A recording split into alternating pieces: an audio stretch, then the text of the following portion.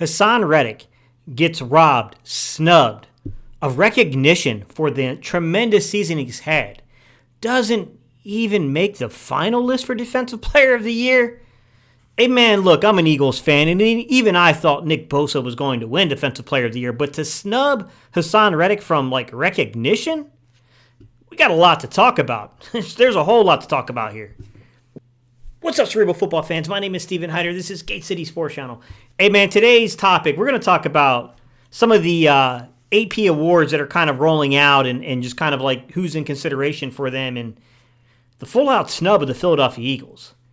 Because I got to be honest with you, I'm confused. I was told all season long that Jalen Hurts is only successful because the team around him is so successful. It's so freaking tremendously talented. Then why is it when it comes to recognition of the players around Jalen Hurts, there ain't no recognition to be found? Nick Sirianni? You mean to tell me you don't have the guy who took an organization that was in a tailspin just 2 years ago? Bro, we fired a Super Bowl winning coach. We let a franchise quarterback, well, what we thought was a franchise quarterback, let's be real, walk out the door. Put it in the hands of a quarterback that barely anyone around NFL circles had any confidence in. Ended up making the playoffs, and then the following season, we end up getting a number one seed, and Nick Sirianni doesn't even get consideration? Are you nuts? Bro, this is crazy, man. Then I go flip on Twitter. Thank you, Philly Mike. I appreciate you coming across my feed and just completely ruining my day because, boy, they can just draw you in, man. I come across Philly Mike's post, man, and I see someone, makes this comment, and Philly Mike's scratching his head wait a minute, what was just said here? What are they even trying to say with this crap? Man, someone said that the Eagles have 70 sacks this season. Upon further examination, let me tell this young man something. Leave the examination to people like me because, bro, you didn't do your homework. 23 of those came in 3 games. Okay, cool. Tells me that was a pretty tremendous 3 games. But did you at least give us the consideration of looking over 3-game windows, a 3-game span? Or did you cherry pick the data? If you're wondering, guys, he cherry picked the data. What he ended up doing was taking the Week 3 Washington game, taking that sack total with the Week 14 New York Giants game, and then combining that sack total with the Week 17 New Orleans game to get that 23. Pretty big cherry pick job if I say so myself. Okay, says in those 3 games, that's 47 sacks in 14 games. Still very impressive, but not nearly as impressive as that 70 number. It still would dang near lead the league.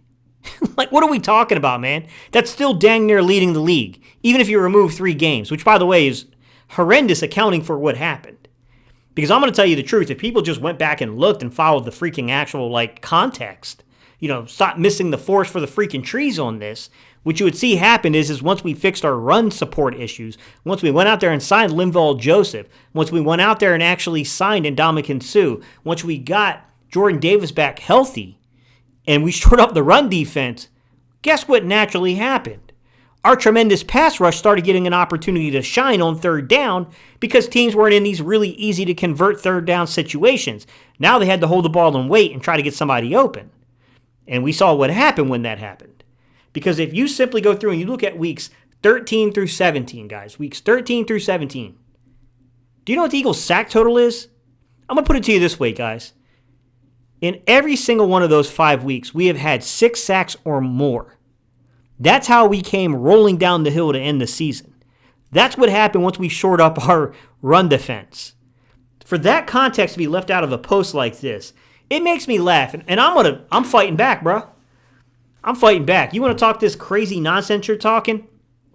How about we take your 44 sacks on the season, San Francisco, and why don't I do you a solid? Instead of cherry picking your data, why don't I actually take 3 weeks from your season? Consecutive weeks, not cherry picked, consecutive weeks. Say week 3 through week 5, where you had 17 sacks.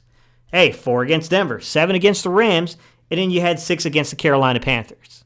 17 sacks. You minus that 17 sacks, and that's only 27 sacks over 14 games. We had 47 over that 14-game span that you tried to spit out there, which is nearly double your production. How about we talk about the fact that Nick Bosa has 18 and a half of those 44 sacks? How about if we just remove, since we're cherry-picking data for nonsensical purposes, How about I just cherry pick and remove 4 random games from Nick Bosa, right? How about his Week 2 Seattle game where he had 2 sacks? How about his Week 4 Los Angeles Rams game where he had 2 sacks? How about his Week 12 Miami game where he had 3 sacks? How about his Week 16 game where he had 2 sacks? So why don't I take those 9 sacks and minus them from the 18.5 and say, like, if you remove those 4 games, he didn't even have double-digit sacks. It was only 9.5. Because that would be moronic. That would be moronic. San Fran, this is your fan base. I can't help folks like this, bro. Like, your mama dropped you on your head, bro. On the real. Your mama seriously dropped you on your head. Going further into this, man, Haason Reddick responds back, man. He says, bro, at some point, you know what's got to stop. Yo, Haason, I feel you, bro. But all I can say, man, is go out there and make them pay. Make them pay on Sunday. Because this is the 49er fans. This is their comments, by the way. I pulled up 5 of them, okay, that I saw underneath this post. Comment number 1 I want to talk about is, who does bro think he is? You're going to find out. You're certainly about to find out who he is on Sunday. Let's go to comment number 2. You're not better than Nick Bosa. Hey, Nick Bosa's a dog. I'm not here to try to discredit Nick Bosa. But if you think Haason Reddick is not a good pass rush specialist, you haven't paid attention to the last 3 years, man. This dude's really good. You are mid plus Bosa better. Comment number, you are mid? You are mid. My guys had double-digit sacks for 3 consecutive years. You are mid. Keep that energy after this game. It's because you stink. Comment number 4, it's because you stink. Bro, what's the standard here? If Haason Reddick stinks, what the hell is the standard? Wait until you have to go up against a real O-line like San Fran. Whew. Okay. Keep that same energy. We will all see the player you really are. Yeah, we will, man. Keep that energy on Sunday. Because here's the great thing about the Philadelphia Eagles defensive line. It ain't just Haason Reddick, although he's certainly our best and most natural pass rusher. It's Josh Sweat, too. It's Brandon Graham. It's Javon Hargrave. It's Fletcher Cox. It's Ndamukong Suh. It's Milton Williams. Man, we're deep. We got a heck of a rotation. Even Quinn's coming back for this team, who hasn't really had an opportunity to contribute jack squat yet, but it's the postseason. He's a veteran, and that dude can pass rush too. So, okay, man, keep that same energy. That's all I want to say. The next comment I want to talk about, guys, comment number 5 I saw underneath this post. Come see Trent Williams on Sunday. Can anyone tell me why that comment's hilarious? Can anyone tell me how this dude doesn't actually watch football? How this dude knows nothing about the Philadelphia Eagles? Someone in the comment section, why don't you elaborate on this guy, what position Trent Williams plays? Is it left tackle or right tackle? And then elaborate on which side Haason Reddick pass rushes from. But see, the left side of the defense happens to be your right side. He's a left outside linebacker, a left edge, which is the right side of your offense. You just wrote a check. You just wrote a check for an inferior level tackle out there to have to go out there and back up. Congratulations. Congratulations on that. And he will show you you're not defensive player of the year material. Okay. What's that dude's name? McChicken, whatever his name is. You just wrote a heck of a check for that dude, man. You just wrote one hell of a check that he's going to have to cover. One big check, my guy. Woo-hoo. I can't wait. I can't wait, bro. I can't wait. You better worry about what you're going to do to keep Brock Purdy upright. That's all I'm going to say.